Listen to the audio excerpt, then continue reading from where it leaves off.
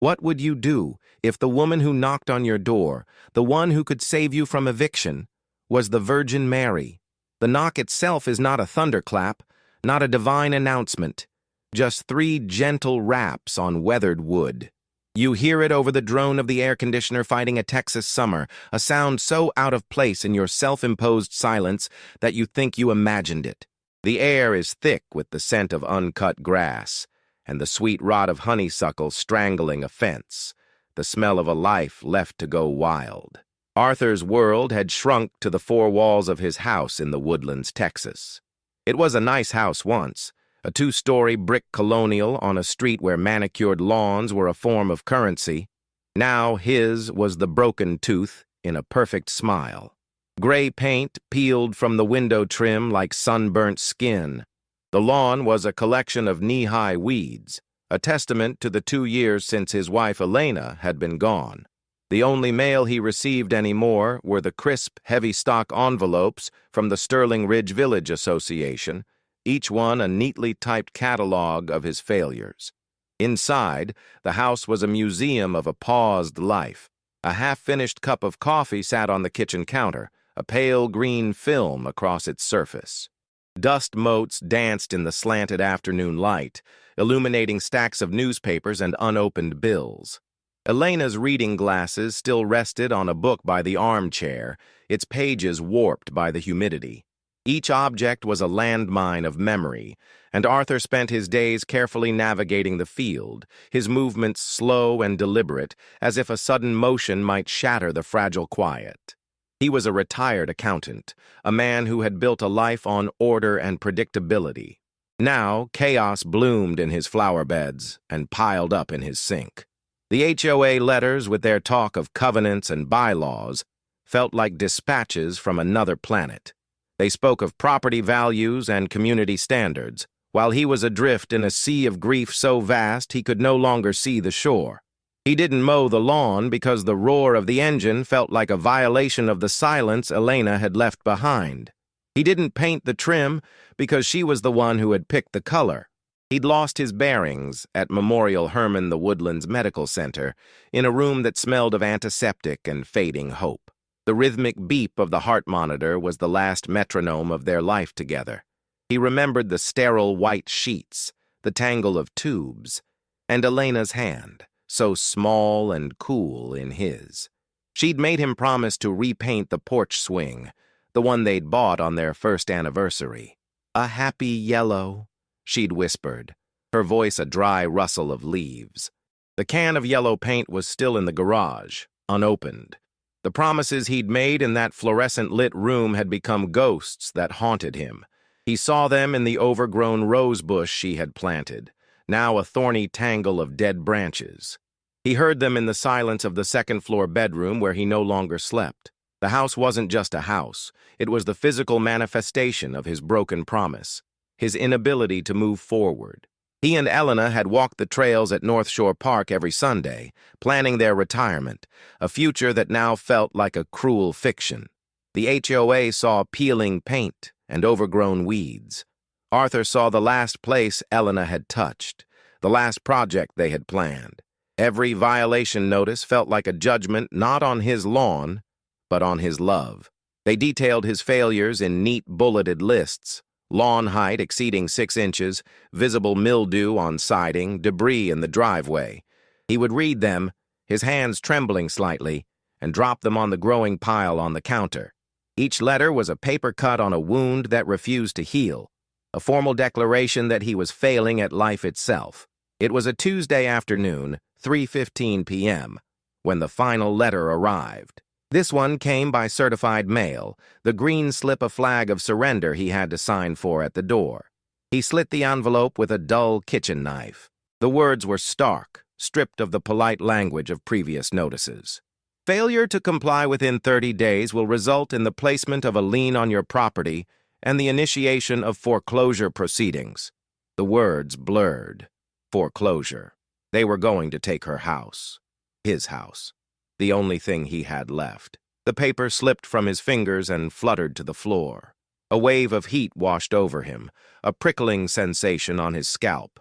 He leaned against the kitchen counter, his breath coming in shallow gasps. The drone of the air conditioner seemed to swell, filling the room with a suffocating hum. He felt a pressure in his chest, a heavy weight pressing down, and for a moment, the world tilted on its axis. He was losing. He had lost Elena, and now he was losing their home. It was in this moment of absolute defeat, of silent, crushing surrender, that he heard the knock. It wasn't the sharp, impatient rap of a process server. It was gentle, patient. 3 soft taps. He ignored it.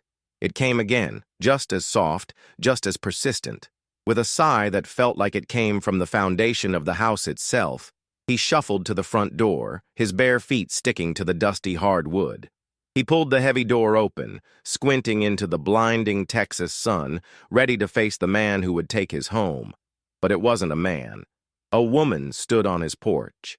She was older, her face lined with a kindness that seemed to radiate from her, and she wore a simple blue dress. A dark blue scarf, a mantilla, was draped over her hair, shadowing her features. She said nothing. The air around her seemed different, cooler, and carried the faint, impossible scent of rain on dry earth. Across the street, his neighbor, Mrs. Gable, was watering her prize-winning petunias. The hose slipped from her hand, falling to the perfectly manicured lawn with a soft thud as she stared, her mouth slightly agape, at the figure on Arthur's porch. The woman on the porch simply looked at him, her gaze holding not pity, but a profound understanding. She didn't speak, not at first. Arthur, expecting a tirade or a sheaf of papers, found himself speechless. The silence stretched, filled only by the distant buzz of a cicada and the drip of water from Mrs. Gable's forgotten hose. Finally, the woman's voice, soft and clear, broke the stillness. "May I have a glass of water?" she asked. Arthur could only nod. He stepped back, holding the door open as she moved past him. Her feet made no sound on the dusty floor. He went to the kitchen, his hands shaking as he took a clean glass from the cabinet, the first one he'd used in weeks, and filled it from the tap. When he returned, she was standing by the window, looking out at the dead rose bush. He handed her the glass, and she took a small sip, her eyes never leaving the tangled branches in the yard. She thanked him and handed the glass back. Then she walked to the door, opened it, and stepped back out onto the porch. She didn't go down the steps. Instead, she walked across the small, cracked concrete porch to the edge of the overgrown garden bed. She reached out a hand and lightly touched a single, brittle branch of the dead rose bush. She held it for a moment, then turned, gave Arthur a small, sad smile, and was gone. He stood in the doorway, watching her walk down the street until she turned a corner and disappeared. The neighborhood began to whisper. Mrs. Gable told her husband, who told the man next door during their evening walk. The mail carrier, who had seen the woman arrive, mentioned it to a colleague back at the post office on Research Forest Drive. The story had no solid form. It was just a strange image. The neighborhood recluse, the man with the ruined lawn, had a visitor. A serene, quiet woman in a blue scarf who left as mysteriously as she had arrived. No one knew what to make of it, but they watched Arthur's house with a new kind of curiosity. That night, Arthur did not feel the familiar dread settle in his chest. He felt still. The crushing weight was gone, replaced by a profound quiet. He walked through his house, the silence no longer feeling like an absence, but like a presence. He picked up the HOA letter from the floor, folded it neatly, and placed it on the counter. He washed the coffee cup that had been sitting there for months. Small acts of order in a life that had succumbed to entropy. He slept that night in his own bed, not on the couch, for the first time in over a year. The next morning, he woke to the first rays of sun slanting through the dusty bedroom window. A sense of compulsion, gentle but firm, pulled him outside. He walked onto the porch, his bare feet on the cool concrete, and looked at the rose bush. There, on the same dead branch the woman had touched, a single, perfect white rose was in full bloom. Its petals were impossibly white against the brown, lifeless wood, and it held a drop of dew in its center like a tiny jewel. He stared, his heart pounding in his chest. It wasn't possible. A low-slung sedan, the kind driven by the head of the HOA, Mr. Henderson, slowed as it passed his house. Arthur saw the man's face, his expression a mixture of sternness and confusion as he glanced from the unusually clean porch to the solitary white bloom. He didn't stop. He just drove on, a little more slowly than before. Arthur felt a tremor in his hands, not of anxiety, but of awe. He was no longer just the grieving widower. He was the keeper of an impossible flower, a man whose sorrow had been visited by something he could not name. The isolation he had cultivated for 2 years was broken, replaced by the unnerving feeling of being seen. That night, the true miracle unfolded. It began not with a sound, but with a light. Around midnight, a soft, silvery blue glow began to emanate from Arthur's house. It wasn't bright or alarming, just a gentle luminescence that seemed to press out from the windows, turning the overgrown lawn a spectral blue. Mrs. Gable, sleeping in her bedroom across the street, was woken by it. She sat up in bed, thinking it was a police car, but there were no flashing lights, no sirens, only a steady, peaceful radiance. She crept to her window and looked out at Arthur's house, bathed in an ethereal light. Then came the scent, a powerful, intoxicating fragrance of roses, not from a single bloom, but from 1,000. It drifted through the neighborhood, a thick, sweet perfume that seeped through closed windows and screen doors, waking people from their sleep. It was a scent of impossible spring in the middle of a humid summer night, and with it, a sound.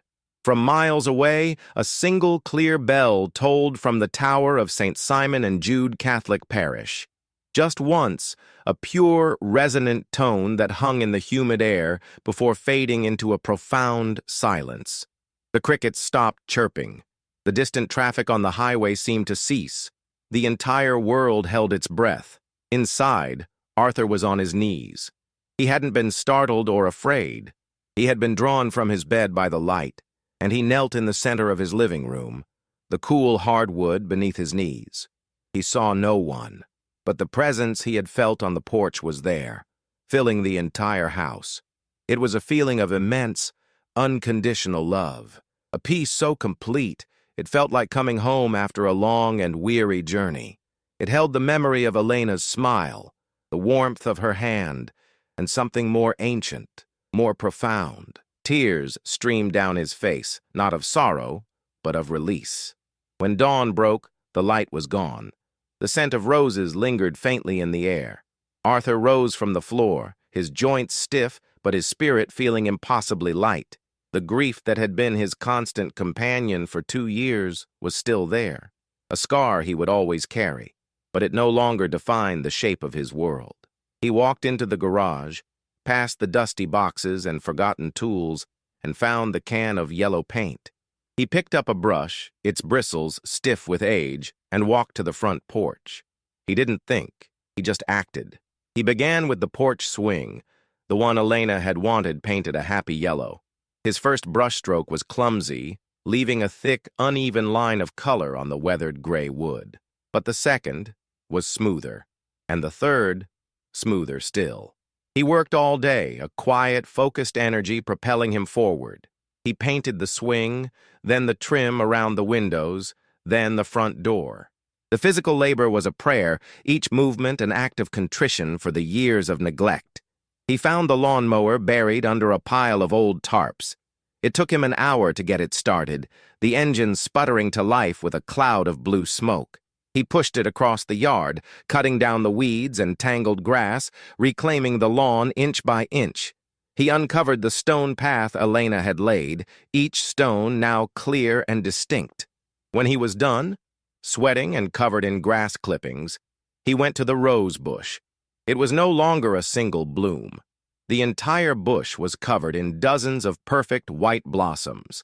He knelt and gently pulled the weeds from its base, his act of mending now complete.